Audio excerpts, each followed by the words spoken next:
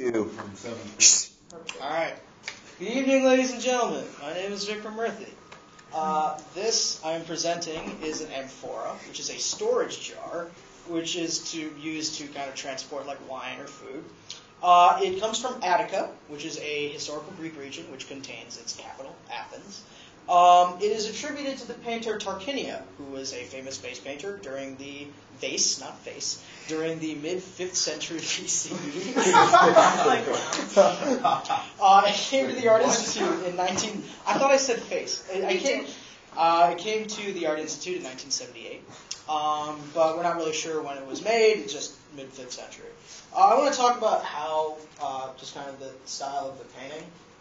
This utilizes red figure technique, which is an important type of Greek vase painting. It was developed in Athens around 530 BCE. Became popular into about like a 3rd century BCE.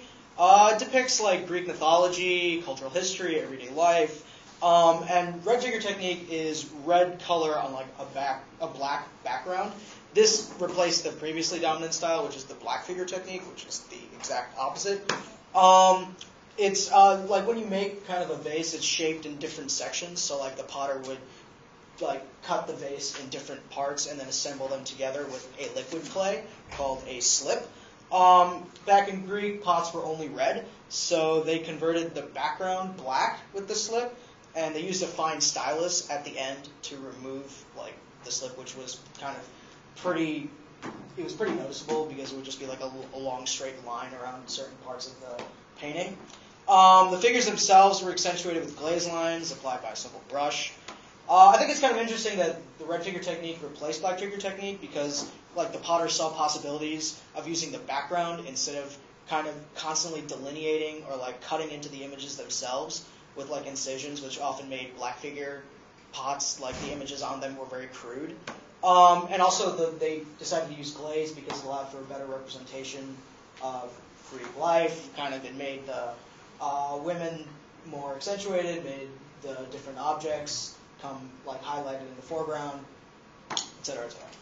All right, so a little bit about Tarquinia. Very little is known about this guy. Almost no pots back in the day were signed or noted with any insignia, and the only reason we can even say this is from Tarquinia is there's an English classic scholar named John Beazley who dedicated his life to Greek like pottery. Don't know how someone does that, but and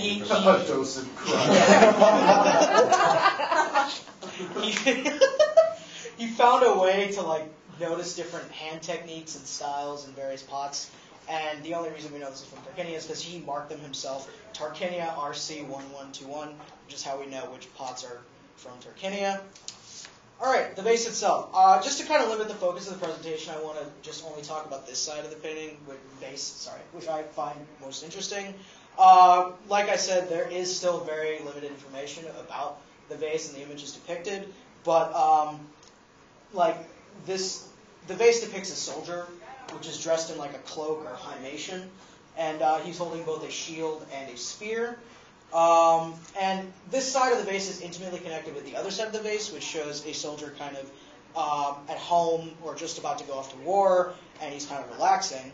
And what we can infer from this side of the vase is that this is the image of the soldier that he would like to see him as. So like as a dominant figure, as someone who is ready to go off to war and is ready to fight and be kind of this virile man. He is kind of surrounded by a lion. I don't know if you can see it right here, which is kind of used to symbolize that bravery and vigilance, like he's protecting him. When people see a lion, one might first conjure the image of Heracles, which is often used to depict in many Greek paintings as a lion. But in those paintings, the lion is actually almost worn by the man over his head. So you'll see the guy and the lion will be on top of him. This is just kind of wrapping him around his body, which I think is even more interesting because it is literally wrapping himself around the man to make sure that no one kills him. The symmetry of the women in the painting I find very interesting, as like they're almost side by side, just the same on each, which kind of elicits the image that there is an endless amount of women on each side of him trying to help him as they are kind of giving him various things. As you can see, they're like taking the shield and taking the spears to hold it for him as he is about to go off, which also kind of goes back to the idea of dominance and how these women are fawning over him as he is a soldier and as he is seen as a very manly individual. What did I do? I'm sorry. Some might say that he is Achilles. People have argued that, and I think a good idea of Achilles is in a poem by Horace, Odes 1:8, which is actually the title of the poem is called To Lydia, which is like stop ruining Sybaris, which is essentially the poem is about kind of defaming Lydia and saying she's ruining this man's life, and they use Achilles as a metaphor for why she is ruining his life, and the Latin reads quid latet ud marinae filium dicunt Theatidis sub lacrimosa Troiae funera ne virilis cultus in caedem et Lycias pluriperit catervas, which in English means why does he hide? Like Achilles, sea-born Thetis' son, has he hid before sad Troy, as it was ruined, lest his male clothing had him dragged away to the slaughter among Lyrican soldiers. Which essentially is saying that they may, in the context of the poem, Achilles is hiding, but in the context of this painting, this was just to illustrate that Achilles is a soldier, he has manly clothing, he's a virile man, and he is, a son of a famous soldier, Thetis. And,